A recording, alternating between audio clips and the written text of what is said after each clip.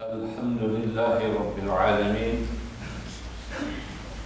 والصلاة والسلام على أشرف المرسلين سيدنا ونبينا وشفيعنا وحبيبنا وطبيبنا ومولانا ومولانا محمد صلى الله تعالى عليه وسلم وعلى آله وأصحابه أجمعين.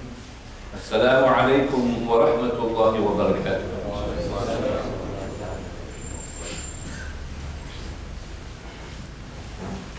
In this modern age of technology, with all its advancements, we find and we see and we experience shamelessness, vulgarity, immodesty.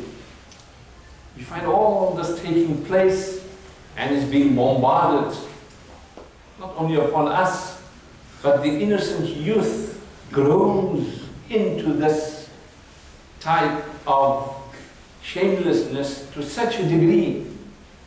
We feel shy. I mean, former years, if we as youngsters used to smoke and we find any adult coming along, we would hide the cigarette behind our backs. What happens today? If anybody is smoking and an adult is coming along, the adult has to turn around and find and look another way. This is the immodesty, this is a shamelessness that we tend to find people or our society has found itself in. Muslims should possess both an inner and outer modesty. It is reflected in our behavior, it is reflected in our speech, our appearance, and includes being mindful of Allah at all times. That is what modesty is all about. For many people in the West, when we speak about modesty, we're speaking about the modest dress of Muslims, particularly the woman's scarf or hijab. And this has become synonymous with the concept of modesty in Islam. However, modesty encompasses far more than the clothes one wears, much more than that. If you look at modesty as defined in the dictionary, it is said, modesty is freedom from conceit or vanity. And another definition, propriety in dress, speech or conduct. These are the two definitions that is given of modesty. In the Quran, Allah speaks about modesty. Islam takes this concept of modesty to a different level, to different heights. In Islam, it is known as haya, a word which describes both shyness and a deeper modesty that is based on iman, that is based on faith. A sense of haya should affect a Muslim's conduct before Allah, before others, and even when one is alone. Allah says in the Quran, Bismillah ar-Rahman ar-Rahim, Ya bani Adam, قد أنزلنا عليكم لباسا يواري سوآتكم وريشا. Allah says in the Holy Quran, O children of Adam, we have provided you with garments to cover your bodies, as well as for luxury. وَلِبَاسُ التَّقْوَى ذَلِكَ خَيْرٌ ذَلِكَ مِنْ آيَاتِ اللَّهِ لَعَلَّكُمْ يَذَّكَّرُونَ. But the best garment, the best clothing is the clothing of righteousness, the clothing of taqwa. These are some of Allah's signs that they may take heed. We have many ayats in the Quran like this, in the Hadith. The Nabi Muhammad sallallahu alayhi wa sallam, in his prophetic traditions, illustrate the significance of modesty. Nabi alayhi salam says, every religion has a characteristic, and the characteristic of Islam is modesty. Subhanallah. The Prophet ﷺ also said, modesty is from the faith, and the faith is in paradise. The following hadith beautifully explains this, its importance, and it suggests that modesty is so important that the absence of it could lead a person to sinful behavior and disbelief. And the Prophet ﷺ commented and said, if you have no shame, do as you wish. Reported by Ibn Hurayra radiallahu anhu. He says, Al-Imanu bid'un wa sittuna shu'bah. That Iman, belief, consists of 60 sub-branches. Wal-haya shu'batun min al-iman. And haya, this term haya is not only modesty. It has a more broader connotation. And the Mufassir of the hadith translated as self-respect, modesty, bashfulness, and honor, etc. And this is part of faith. In the following hadith, Abdullah bin Mas'ud, he related one day the Prophet ﷺ says, be shy of Allah Most High as much as is His due. The companions were praised and said, all praise to Allah. We are shy of Him. The Prophet said, alayhi salam, that is not the point. Whoever is shy of Allah as much as is His due, he should protect his head and that which it comprises. In other words, the mind, the mouth, the ears, the sight. And Prophet ﷺ goes further by saying, his stomach and that which is adjoining it. And here it means you have to preserve and protect what we eat, what we drink from unlawful wealth. And what is adjoining it, protect our private parts. And he should remember death and that which is to come after it. And whosoever desires the hereafter should abandon the adornments of this world. Whoever fulfills this duty has been shy of Allah as much as is His due. Subhanallah. So modesty for men and women, we have guidelines. Whilst modest behavior varies from person to person, we have guidelines that exist in the Quran and the Sunnah. And this code of modesty for both men and women includes, we have to lower our gaze. We have to avoid flirtatious speech and conduct.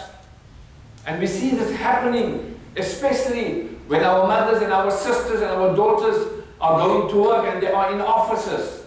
Then we find these rascals, if I can call them, they want to hit on our mothers, sisters, and our daughters. And there are reasons why they are going to work. But look at the lack of immodesty that is taking place in that type of environment. We also have to avoid close physical contact with unrelated members of the opposite gender. And we have to observe modest dress according to the Quran and the Sunnah. And we do not have to draw unnecessary attention to ourselves. In addition, it's been advised that women should avoid wearing perfume or cosmetics in front of unrelated marriageable men. You don't put up the signs, come and get me. No, astaghfirullah. This is what the West is saying. Have you read it? I've said this before, you want to buy a car, they put a woman on the advert. And you have to avoid drawing attention to jewelry. We have to avoid these aspects. Modesty is part of a broader spirituality. The inner and the outer modesty of haya are just two aspects of a Muslim spirituality which focuses on worship and obedience to Allah.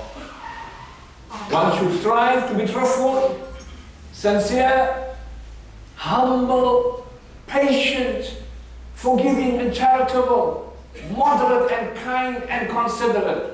That is what modesty is all about. Modesty and shyness plays a special part between the affairs of the Creator and the created. All the prophets and messengers encouraged modesty. Nabi alayhi salam said, indeed from the teachings of the first prophets which have reached you are, if you do not have shyness, then do as you please. Islamic morality divides modesty into natural and that which is acquired.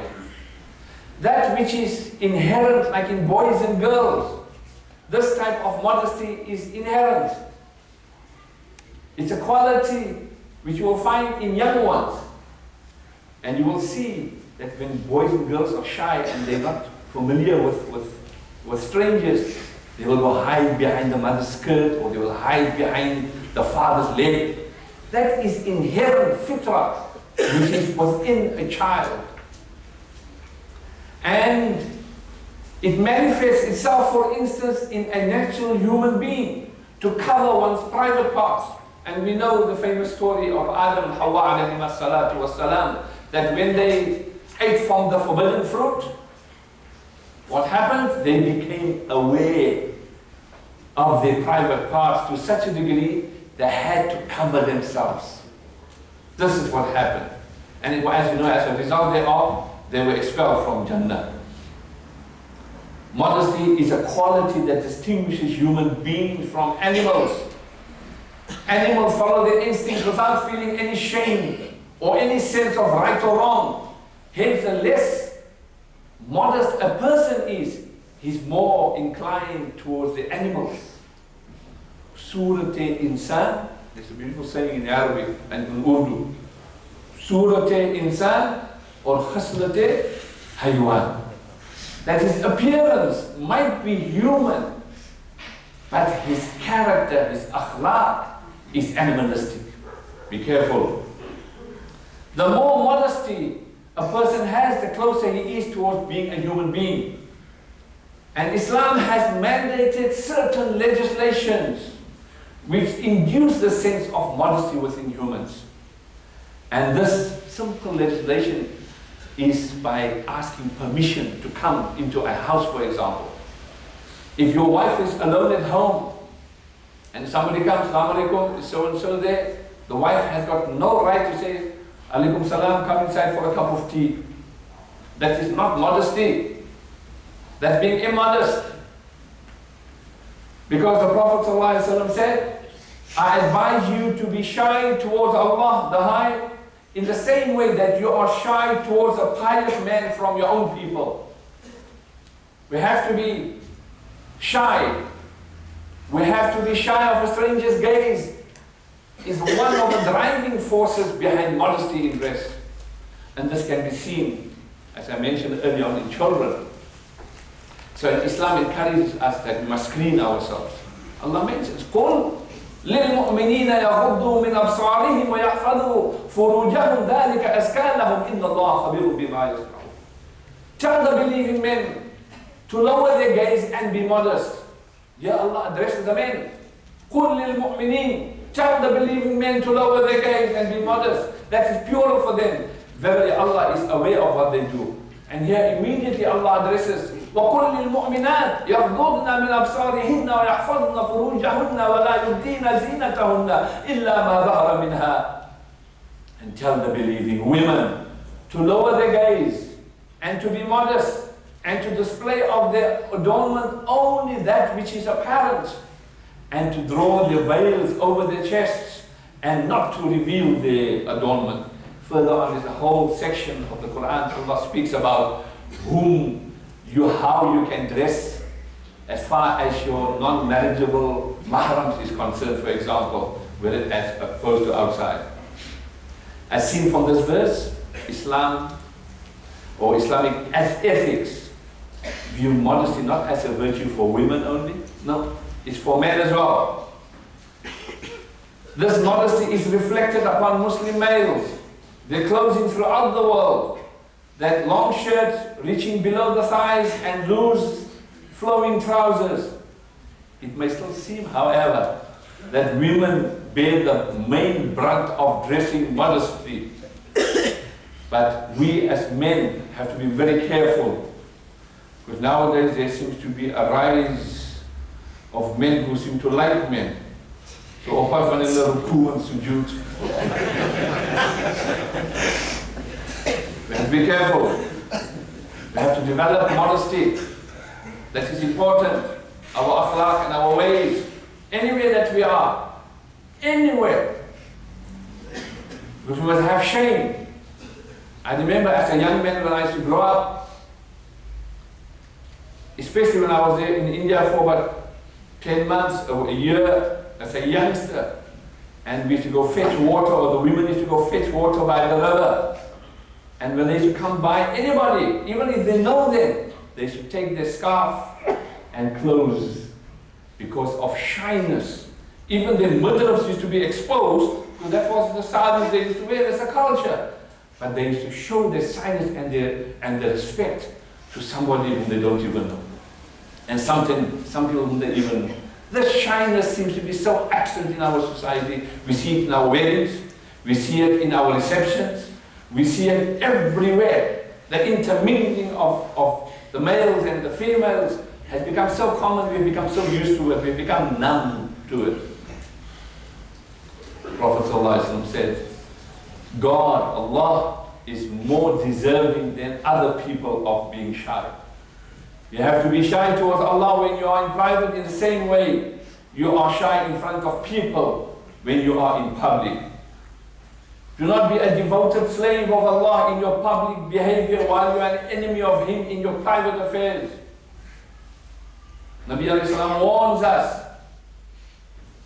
I need to give you an example of the shyness of the different prophets. When Nabi Muhammad sallallahu alayhi wa sallam was married to Zainab radiallahu anha, and Prophet alayhi salam invited people to the feast. It was a late morning function. And when it was finished, the eating, most people simply rose and they left. That is the custom. But the bridegroom, Nabi Muhammad sallallahu alayhi wa sallam, remained sitting. And some people thought that is now a cue that must remain sitting. Nabi alayhi salatu wasalam was being polite. He was a gentleman. He was a Nabi. He had the best of ethics and morality. So he won't tell the people, hey, go cut my hair too. No. How can you change people like that? That did not happen. So what he did, out of politeness, he didn't tell the people to go. So he gets up and takes Ibn Abbas radiallahu anhu out, and he goes to the room of Sayyidatina Aisha radiallahu anha.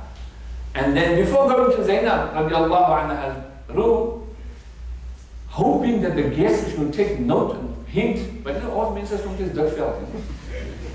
Generally, really, we don't know when we overstay our welcome. And the Sahabi Kiram unfortunately did not know better at the time. And they did not take the hint. He came in again and he left again. It happened a few times. And eventually, even Ibn Abbas followed him to say that in Zainab's room. And the Prophet ﷺ just drew the curtain in front of him to give the ultimate sign. It's about time that you must leave now. This is the shyness of our Nabi Muhammad sallallahu alayhi wa sallam. Look at the shyness of Nabi Musa alayhi salam and Safura radiallahu anha. These two ladies, two sisters, went to the well to go draw water. And at that time, to draw water from a well, you needed to remove a huge stone and then draw the water and then take it home, and that took time. It so happened that Nabi Musa alayhi salatu wasalam was there, and being polite, he drew this huge slab of concrete or stone, whatever it was, moved it away, filled up the containers, and gave it to them, and off they went. And the father of the two girls says, "You're rather very quick with your normal chores of the day."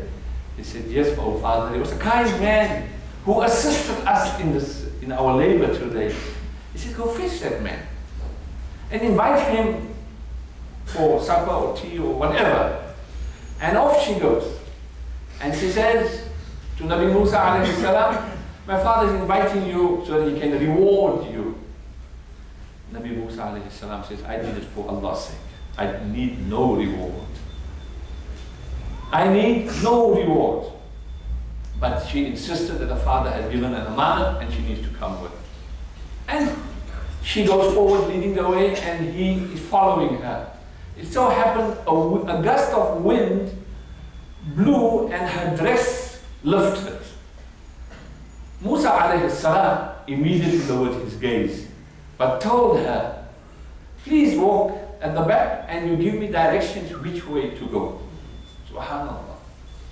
I said, also we should go. You know, zoals ik ermee veel kon leren. This is adab, shyness. And off they go. And obviously the father meets Nabi Musa alayhi salam, and he offers him a job. He says, work for me as a shepherd, tend to my shepherd. And the daughter whispers in the ear of the father, hire him, take him, he is strong. The father says, how do you know he's strong? Because he took that stone, which was 2 or 3 people had to remove it and he did it alone. I said, okay. And father, he's also a very shy person. He said, how do you know that? And she relates this incident where the gust of wind blew up her dress and told her to come, stand to the back, and he went forward. And father, whenever he speaks to me, he used to look down and up and he used to put his gaze down, did not look straight into the eye. This was the characteristic of a prophet. And the Quran speaks to about it. It says, فَجَاءَتْهُ إِحْدَاهُمَا تَمْشِي عَلَى اسْتِحْيَاءٍ قَالَتْ إِنِّي أَبِي يَدْعُوكَ. The whole Quran speaks about it, and I'm just translating. Then there came to him one of the 2 women, walking shyly. She said, verily, my father calls you that he may reward you for having watered our flocks for us. فَلَمَّا جَاءَهُ وَقَصَّ عَلَيْهِ الْقَصَص قَالَ لَا تَخَفْ. So when he came to him and narrated the story, he said, fear not, you have escaped from the people who are the Zalimun. I need to explain this. Nabi Musa alayhi salam escaped the town because he accidentally killed a person and he escaped this particular place and the people, and he was vindicated of the crime that he did. This is what the ayat was talking about. And then the ayat goes further and said, قالت إحداهما يا أبتي, and said one of the 2 women, oh my father, hire him. Verily the best of men for you is to hire the strong and the trustworthy. And then he said, the father, I intend to wed one of these 2 daughters of mine to you, on condition that you serve me for 8 years. But if you complete 10 years, it will be a favor from you. But I intend not to place you under a difficulty. If Allah wills, satajidni inshallah min as-salihin. And if Allah wills, you will find me one of the righteous. This father knew what was good for her daughter. And he saw the characteristics of beauty in Nabi Musa alayhi salam. And Nabi Musa accepted this condition to work for 8 years. It's a big dowry he had to pay. 8 years. Imagine if somebody comes to me, if I had daughters, hey, you will wait for me for 8 years. These were the people of old. These were the centuries old traditions where a father or a mother chose his or her spouse for them because they knew better. Just today, not yesterday. Sorry, Wednesday a guy comes to me. No, he's from Transvaal. I want to get married, Imam. My father doesn't want me to get married to this girl. How old are you? 20. My father don't like the girl. I said, have you ever thought of blessings and dua? Have you ever thought of your immodest behavior the way you carry on? 20. I want to get married next week, Imam. Why? It's the MGM. Because that's the first thing you thought. If you ask me, you want to get married next week, then the girl's probably pregnant. No, Imam, it's not so. I said, go back to your parents. You get their blessings. Get their du'as. Because if it's bereft from that, no amount of the way you came to me, and I'm telling you this, no amount of the way you came to me, and no amount of salawat and money to put into my hand, will I dare perform this particular this nikah. There will be other imams and sheikhs that will take it and do it. But I promise you, your life will never be the same. You are young, you are 20, and you don't know much about life. You know, normally you steer us in the oor. No, that's not love, please. So be careful, oh young ones, who think you know it all. Be modest about your behavior with your parents. وَلَا تُصَعِّرْ خَدَّكَ. Nabi Luqman speaks about it. Reading Nabi Luqman speaks to his son. وَلَا تُصَعِّرْ خَدَّكَ لِلنَّاسِ وَلَا تَمْشِ فِي الْأَرْضِ مَرَحًا. Do not show people an ugly face. And do not walk on this earth immodestly. إِنَّ اللَّهَ لَا يُحِبُّ مَنْ كَانَ. Allah does not love people that walk in arrogance on this earth.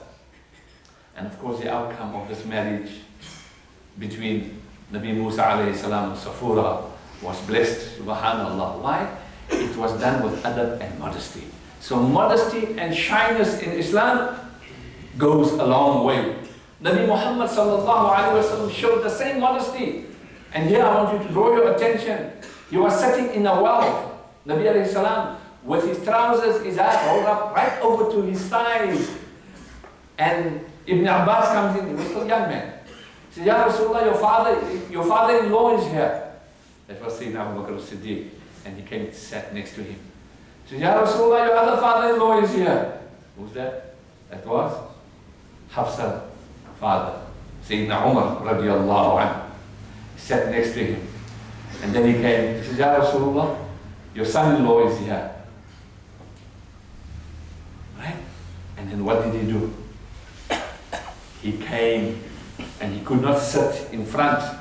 And because he saw the shyness in him, he rolled down his trousers over his knees. To show you the respect one must have between father-in-law, son-in-law, daughter-in-law, mother-in-law, we must have certain amount of modesty. Don't get used to it. We have to be very careful of our modesty. I ask Allah subhanahu wa ta'ala in His infinite mercy that He imbibes within us and all of us, and especially the youth of today, the aspect of modesty. Because modesty, respect, haya, as Allah speaks, bashfulness.